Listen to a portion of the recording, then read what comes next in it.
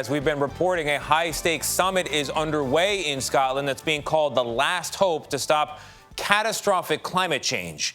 Nearly 200 countries are represented there, and among their goals to secure a deal on global net zero emissions by 2050 and to limit the planet's warming. Mark Phillips is in Glasgow, where scientists say the time to tackle this, well, it's slipping away. Mark, good morning. Good morning, Tony. Well, they call this conference COP26 because it's the 26th time that world leaders have gathered to try to limit global warming. In fact, this conference was supposed to be held a year ago, but was delayed because of COVID. The extra preparation time, though, doesn't seem to have increased its chances of success. What's being called the last chance saloon to avoid the worst effects of climate change is a futuristic conference center where the future is beginning to look as bleak as the weather. The leaders of the world are gathering here, with some notable exceptions, to try to make good on the promise they made in Paris 6 years ago. There, the cheering was about the agreement to try to limit global warming to 2.7 degrees. 1.5 degrees Celsius, beyond which the effects of climate change become unmanageable. But Paris was about ambition, not practicalities. To meet the goals, world governments were supposed to make increasingly larger cuts in their greenhouse gas emissions in the future.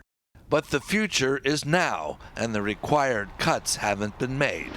The fires, the storms, the heat waves, the melting polar ice and rising sea levels we've seen so far are but a taste of what could come. What we did not know is, or could not have foreseen, is that science would be screaming from the rooftops by now. Christiana Figueres is widely credited with banging heads together to make the Paris deal happen.